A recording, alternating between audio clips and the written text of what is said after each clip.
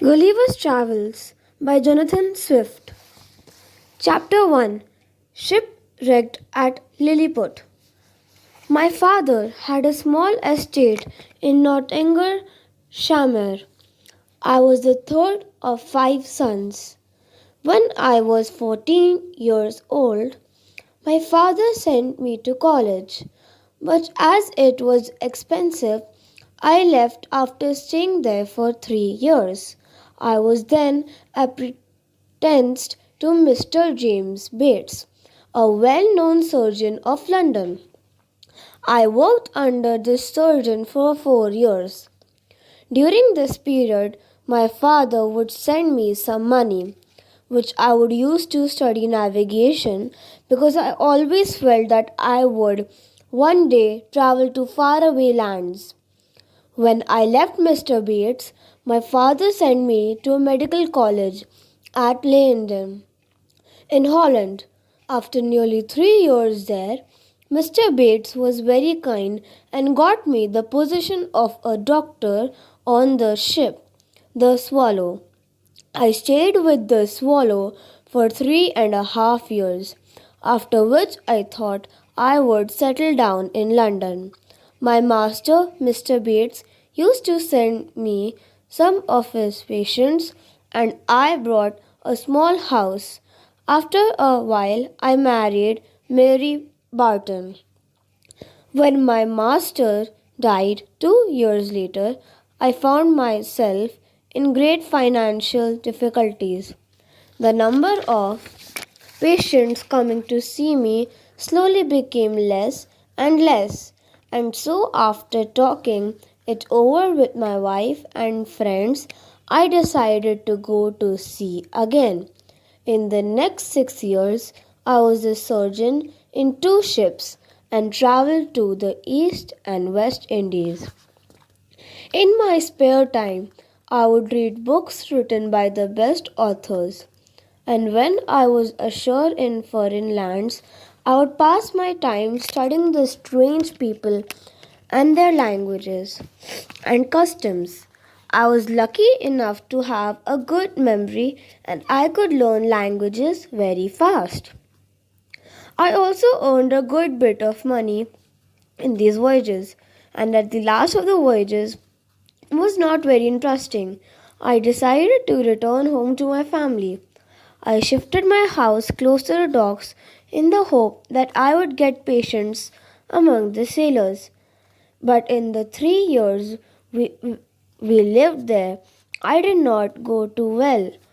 So I accepted a good offer from Captain William Pritchard, master of the Antelope, who was making a voyage to the South Sea. We set sail from Bristol on May 4, 1699.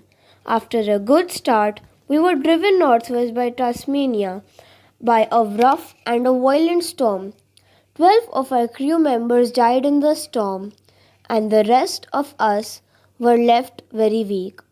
On the 5th of November, we spotted a large rock, but the wind was too strong that we were dashed against it.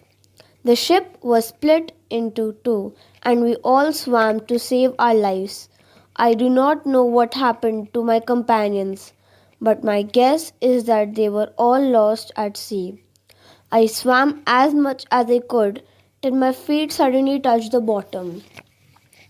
After a long walk of over a mile, I got to the shore, and about 8 o'clock in the evening, I hunted around for people but could find no one. Then, as I was very tired, I lay down on the ground and slept for about 9 hours. When I woke up and tried to stand up, I could not move. I found that I was lying on my back with my arms and legs tied tightly to the ground with thin, fine ropes. I felt these ropes all over my body, from my armpits to my thighs. I could hear some noise around me, but I was laying down. I could not move my head and see what it was.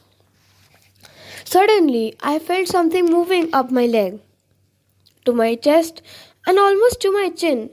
When I looked to see what it was, you cannot imagine my surprise when I found it to be a human being, not more than 6 inches high. He held a bow and arrow in his hands.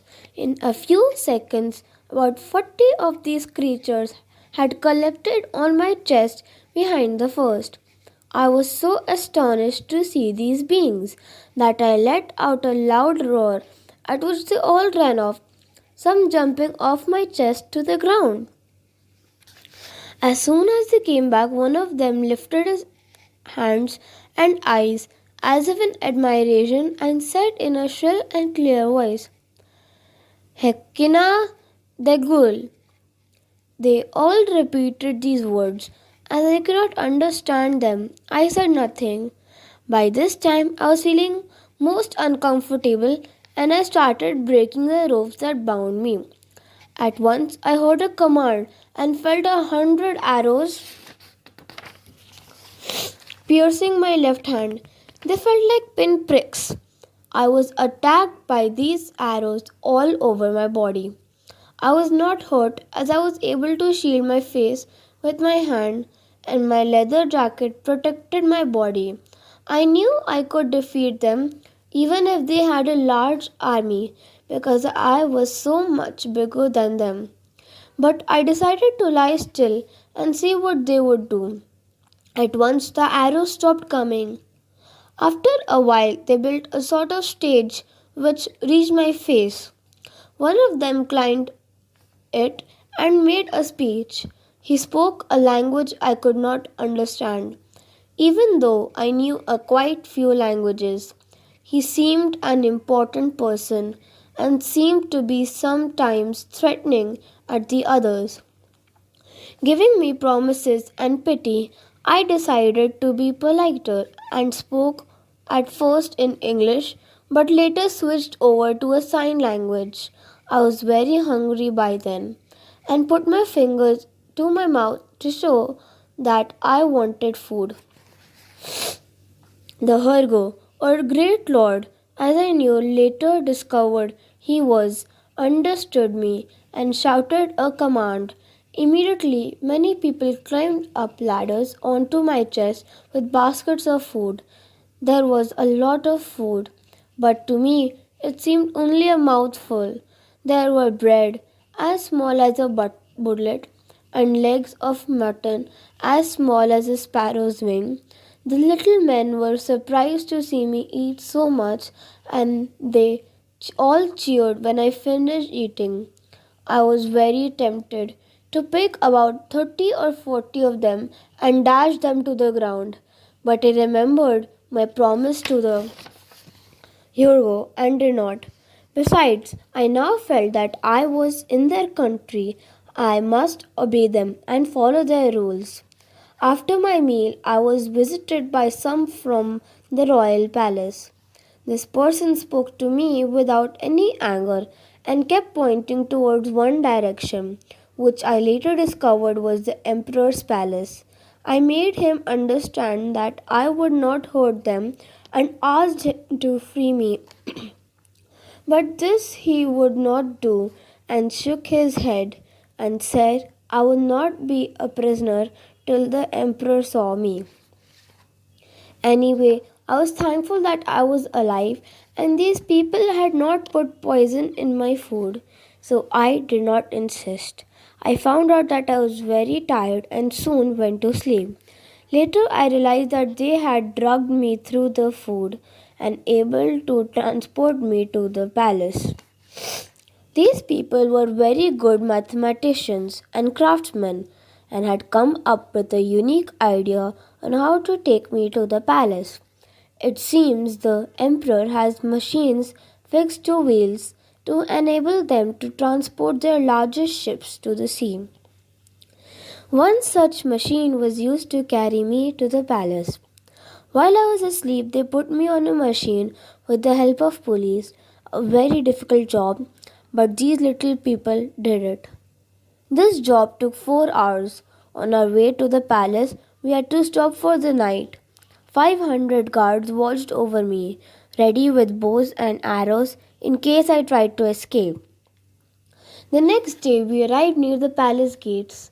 The emperor and his courtiers came out to greet me. At the palace where we stopped, there stood an ancient temple, and this was the place where they decided I would live. I was not in use and was idle for me. The great gate of the temple was 4 feet high and 2 feet wide, and I could very easily crawl through this gate. There were two windows in the gate, through one of them 91 chains had been passed, which were bound to my foot by 36 locks. When they found that I could not escape, they cut the ropes and that I was tied with, and I stood up. I cannot explain how astonished the huge crowd was that had gathered to see me when I stood up. The curious townspeople had come out onto the streets, and there were not less than 10,000 who climbed up to my body with the help of ladders. This was later banned by the emperor. The chains that held me were 2 yards long, and I could walk comfortably in a semicircle. Soon I crept into the temple and lay down full length.